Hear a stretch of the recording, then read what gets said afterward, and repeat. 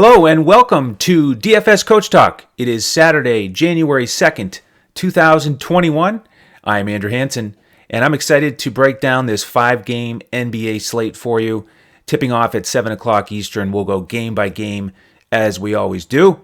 And speaking of 5, we're going for 5 in a row today. We had another winning night last night on Fanduel with the cash lineup. That makes it 4 in a row, so we're going for 5 today. Let's keep the momentum going. Thank you to all the new members who've joined. And if you've been thinking about it, now is a great time to jump in while we're hot. So 2 ways to do it. If you're watching on YouTube, you see the offer at the bottom from BetUS. It's just incredible. We'll give you more details on that during the show.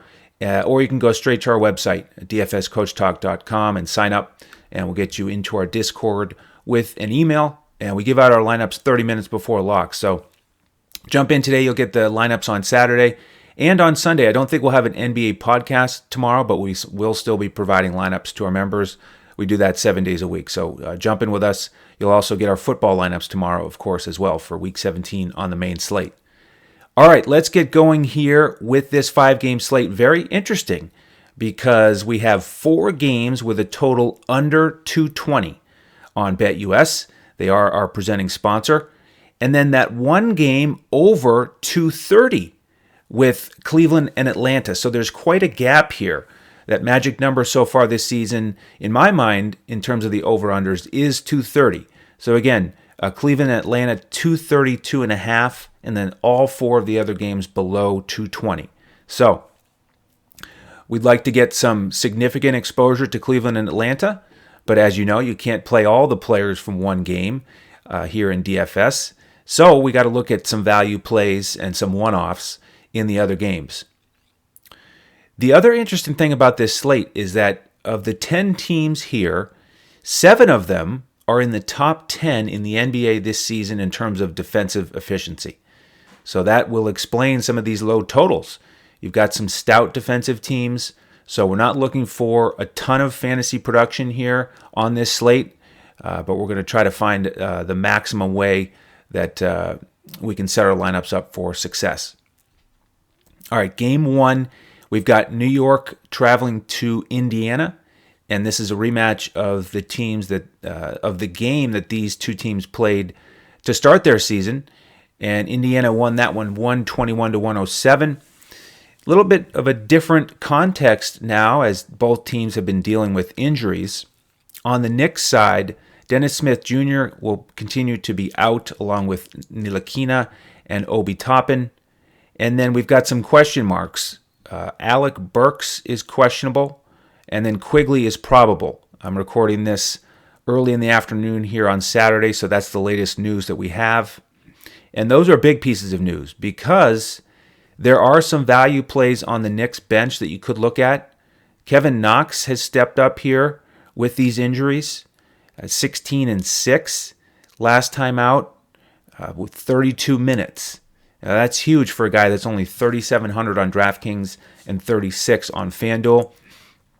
So the biggest piece of news for me is Alec Burks there, a guy who comes in off the bench and has a bunch of usage, a lot of responsibility, playmaking opportunities. In this season opener, he played 32 minutes and had over 20 points. So if he's back, that takes a bit away from Kevin Knox.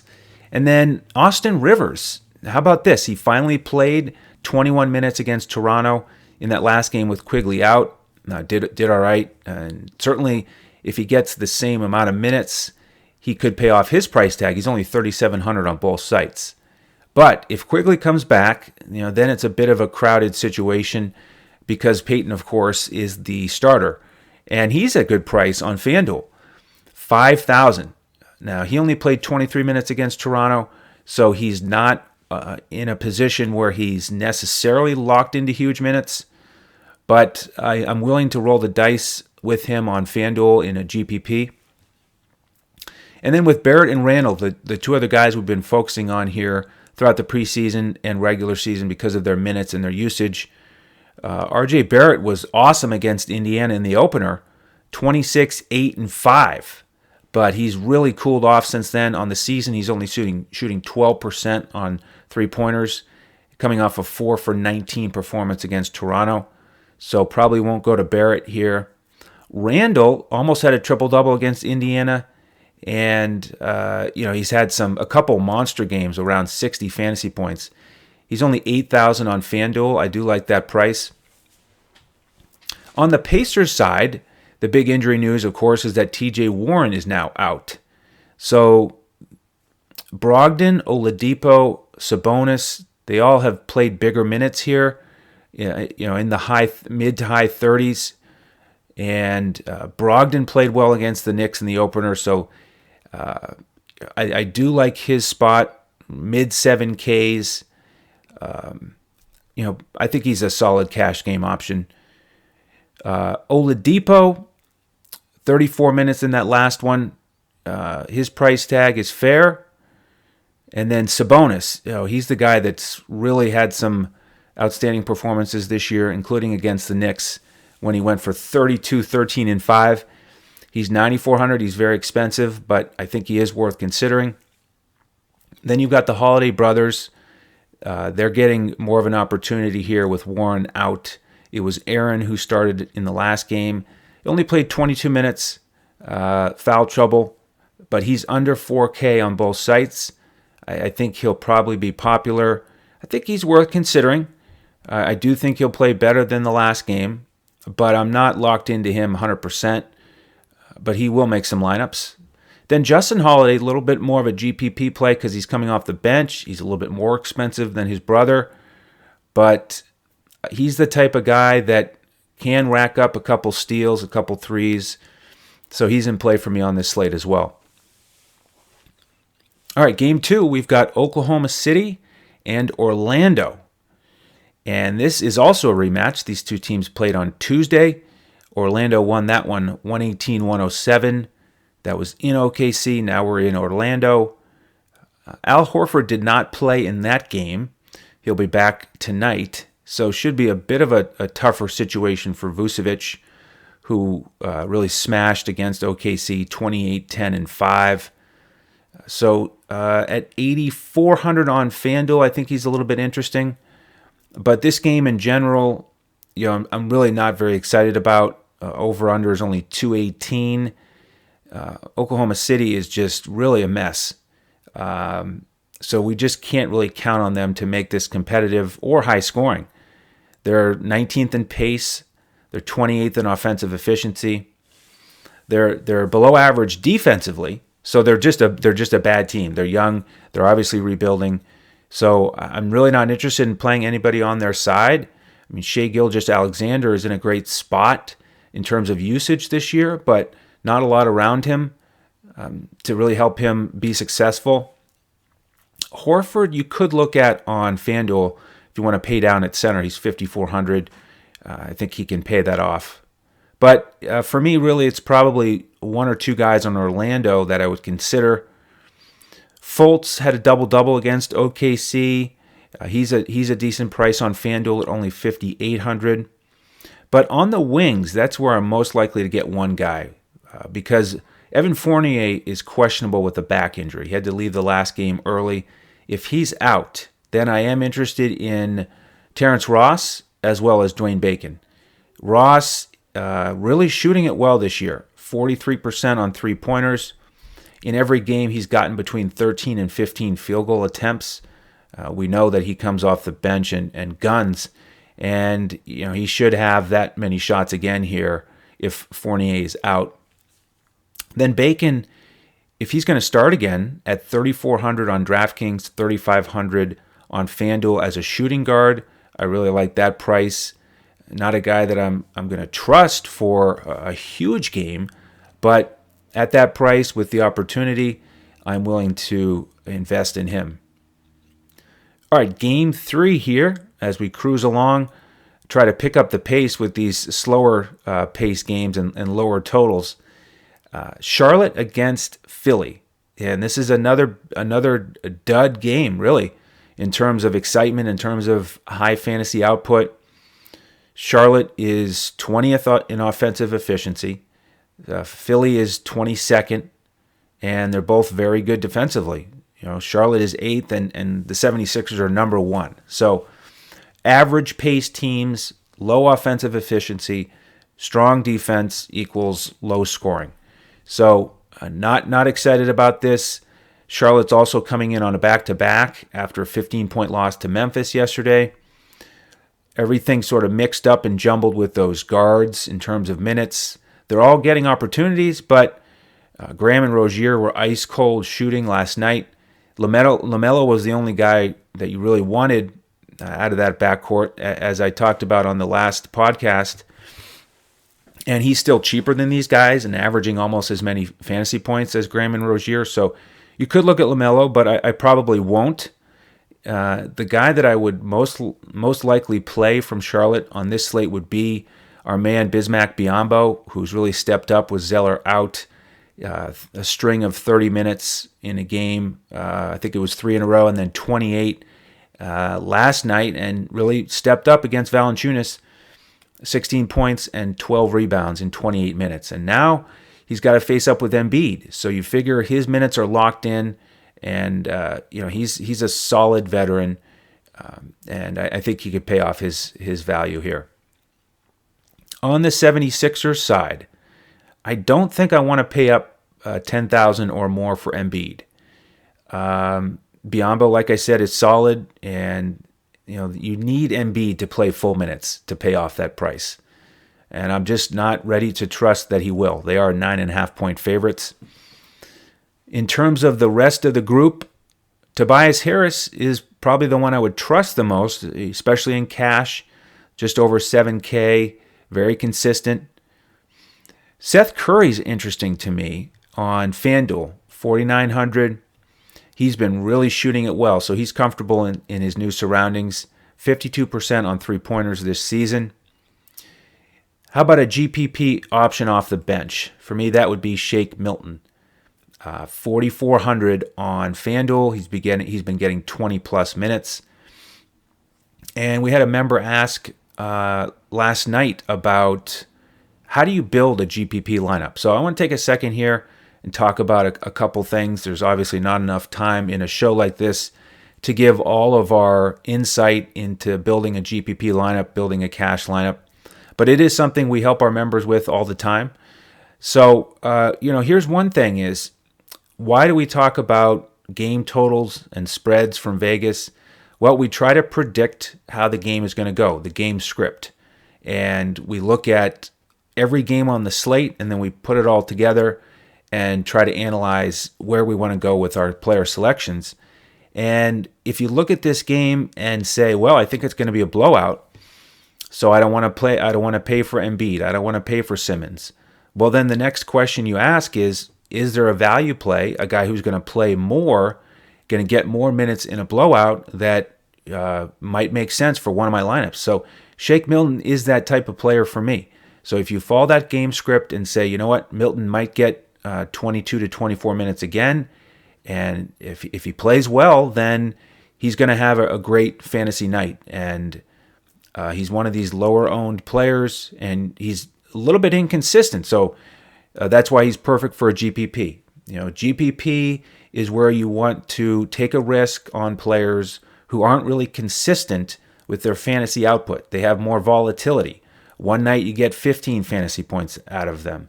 On their best nights, you get 35. So that's the type of player you want.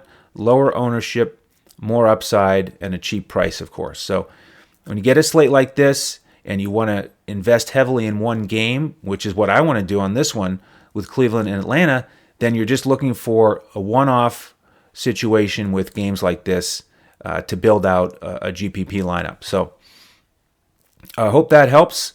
Before we get to this hopefully shootout between Cleveland and Atlanta, take a sec here, and if you haven't heard these details on this tremendous offer from BetUS, now's your chance. Listen up, sports bettors. It's go time, so put down the beer and make every sporting event more exciting by putting stakes on the line. Earn bragging rights over friends as you rake in the cash from each week's betting action, but don't settle for any other book.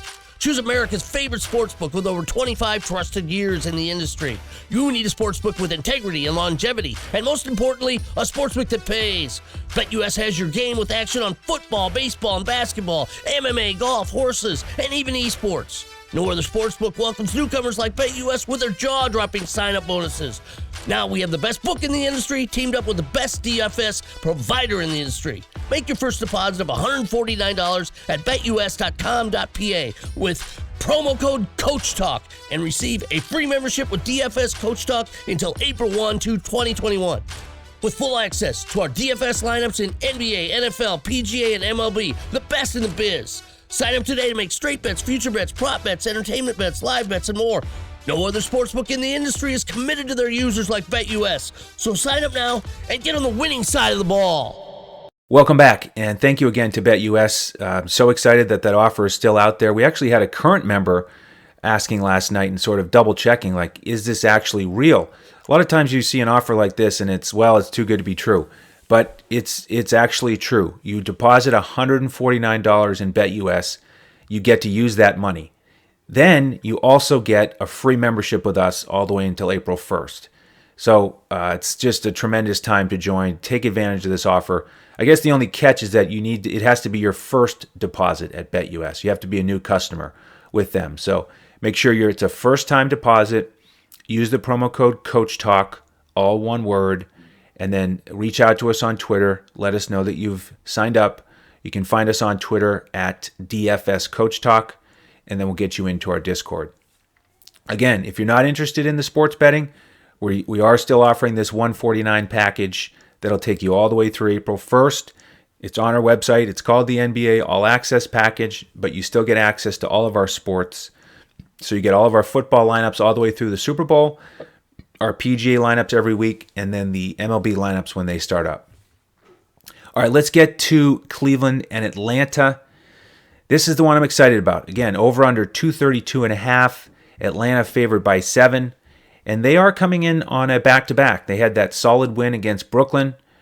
So the big question here is, will we get significant minutes out of Atlanta, their key guys? Is anybody going to rest? Is there going to be any news? What I've heard so far is very encouraging because Rondo is out again. Gallinari is out again. And actually, Brandon Goodwin is questionable now. So to me, all signs point to Trae Young being ready to go. He came into that game against Brooklyn last night with a calf injury, but he looked fine. He played about 32 minutes. He was in there with less than 2 minutes to go in the game for a couple possessions, even after Brooklyn had pulled their starters. So I feel good about Trae Young here in this terrific spot. We've talked many times about Cleveland being very bad defensively in the backcourt. They are better overall this season. They're fifth in defensive efficiency.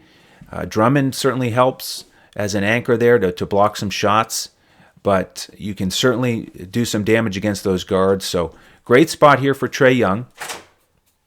In terms of the rest of the Hawks, Clint Capella is very interesting to me tonight because he played 30 minutes against Brooklyn, and this is a guy who's been coming back from injury. They've been managing his minutes, and all of a sudden he plays 30 minutes, double-double, and he's only 5,200 on DraftKings and 6,100 on FanDuel. And I'm going to go out on a limb here and say that this is the cheapest you're going to see Clint Capella for the rest of the season. So now's the time to take advantage of it. Pair him up with Trae Young. And yes, he's going against Drummond, who is terrific with block shots, but neither of these guys is an absolute lockdown defender in terms of their defensive real plus minus. So they're both in play for me. Let's see. How about John Collins? Well, 25 minutes last night. That's the thing that concerns me a little bit. Get us closer to 30 minutes, and at 7,000 on FanDuel, I'm going to be pretty happy. DeAndre Hunter really played well last night. 23 points, 6 rebounds. He got 31 minutes after coming in with a questionable tag. So at 4,600 on FanDuel, he's a nice piece here to get a bit of a game stack. I think you can go with 5 or 6 guys from this game on both sites. and hope that it stays close. Kevin Herter is the other guy that is looking better and better to me here as the day goes on. Because again, if Goodwin is out, then hopefully Herter will get a couple more minutes and have the ball in his hands a little bit more when he's out there. Bogdanovich, probably a better player, but he just hasn't quite found the groove, going back and forth between the starting lineup and the bench. 26 minutes last night, only took 6 shots, and he's more expensive than Hunter and Herter. So only GPP for Bogdanovich. And then Cam Reddish is certainly also in the mix, right around 5,000 on both sites.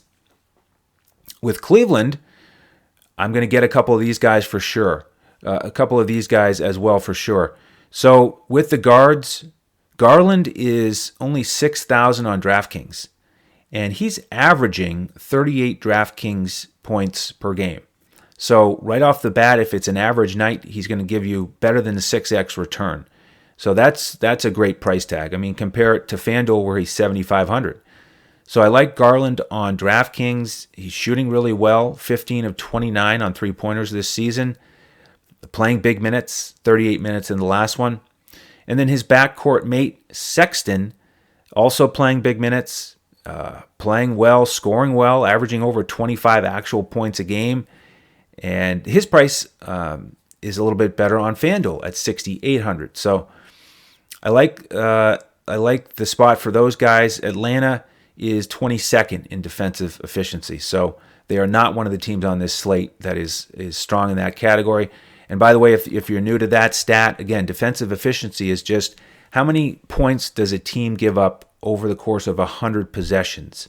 So it evens it out, so you don't get the statistic looking a little bit funny based on, is it a high-scoring game or a low-scoring game based on pace. So it takes the pace out of the equation, puts everybody on a level playing field, and it's a statistic that we look at a lot, especially as we get deeper into the season and we get more of a sample size.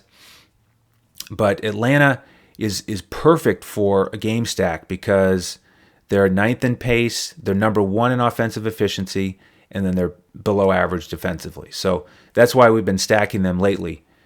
Let's see, anything else from this game? Yes, how could I forget about Larry Nance? 6,900 and 6,800 respectively on the two sites. A little bit more than I'd like to pay, but in this game environment, I will pay it. Love his minutes since Love has gone out. In the last 3 games, he's played 35, 43, and 36. And the guys who've been out with Cleveland continue to be out. That's Okoro, Porter Jr., Dellavedova, and Windler. So with all those guys out, I like the minutes for the guys I've mentioned. Chetty Osman also in play at the low 4K range. All right, 1 game left here on this 5-game slate. We've got Toronto against the Pelicans. Another 7:30 start. Kind of fun how all 5 games start between 7 and 7:30. So after that, you can just kick back and track your scores.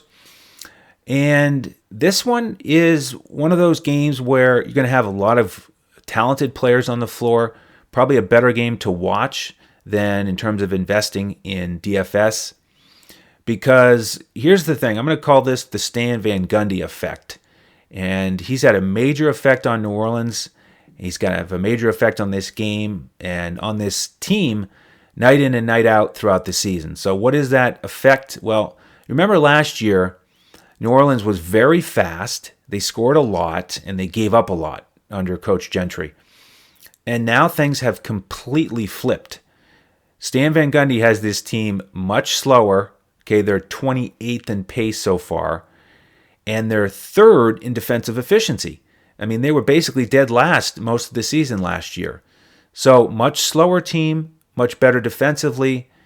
So now's the time to adjust. We're not going to get the high-scoring shootouts that we got with New Orleans like we did last year. So what does that do? Well, it takes away a bit from the Toronto guys. They're all at fair prices. Lowry, Van Vliet, Lowry at 8,000, Van Vliet in the 7K range.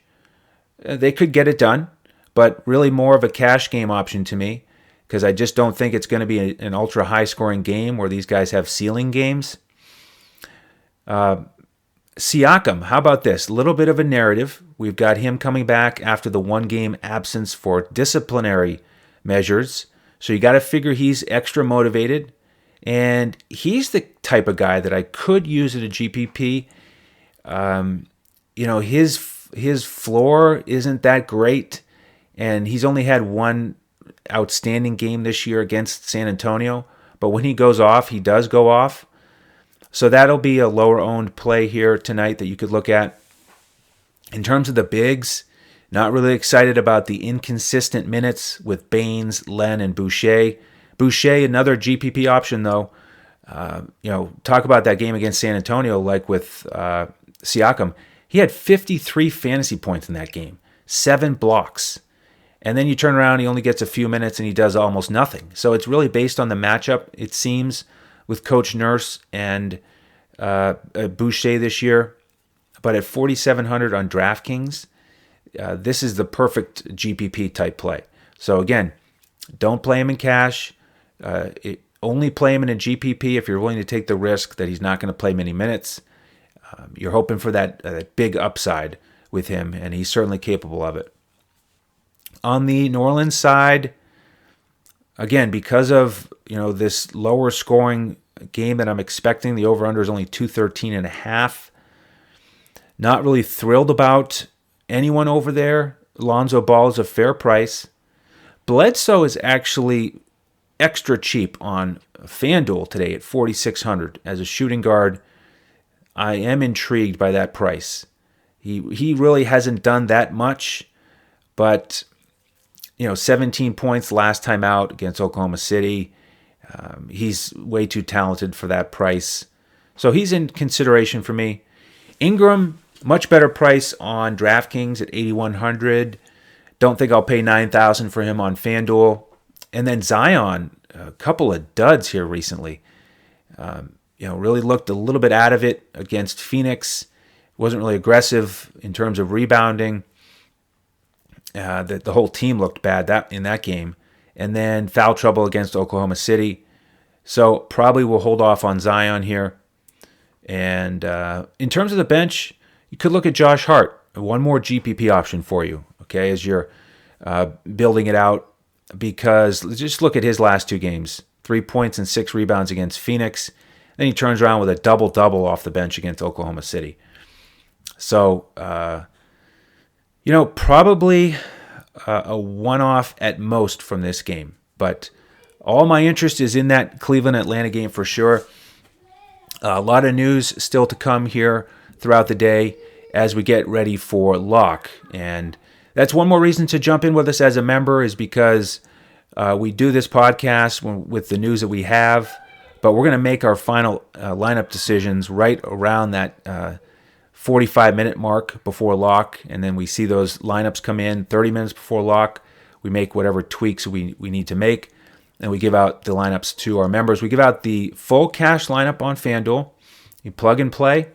Same thing with GPP. Every slate, we do a GPP lineup, and then on DraftKings, the coach's clipboard with core plays highlighted, and then pivots for you. So, social media.